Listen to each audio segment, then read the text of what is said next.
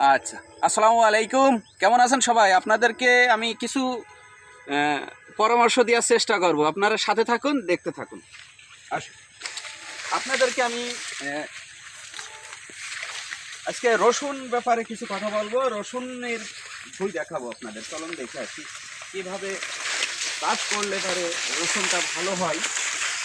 আমার যতটুকু জ্ঞান আছে উজাড় করে দেবো আপনাদের, দিয়ে শোনাবো। চলুন দেখো, পড়ে যাও না কিন্তু ক্যানালে কাদা পানি। হ্যাঁ, আসলে খুব কষ্ট। আপনাদেরকে একটু দেখাই। আমি আছি এখন রসুন ভুঁইতে। এটা হচ্ছে রসুন ভুঁই। পেছনে পেঁয়াজের ভুঁইটা একটু নাও তো।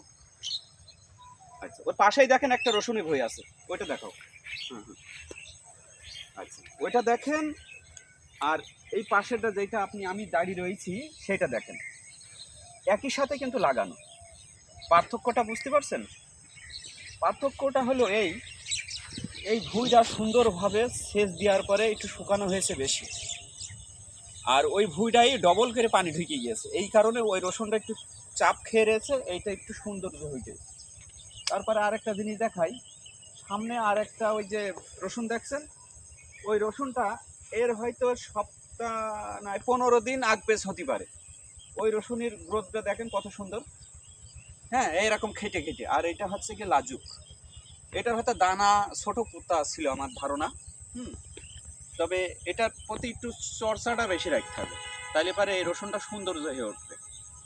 হ্যাঁ, তবে রসুন আপনারা লাগানোর সময় একটা জিনিস খেয়াল রাখবেন, রসুনের যে বীজটা পোঁতবেন, কুয়া, যে কুয়াগুলো বলে, কুয়া একটু বড় সাইজের কুয়াটা নেওয়ার চেষ্টা করবেন, তাইলে পারে রসুনটা গ্রোথ ভালো হবে।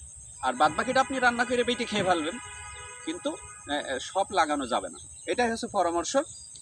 তো কেমন হয়েছে একটু জানাবেন। আল্লাহর রহমতে সবাই ভালো থাকবেন। আল্লাহ হাফেজ।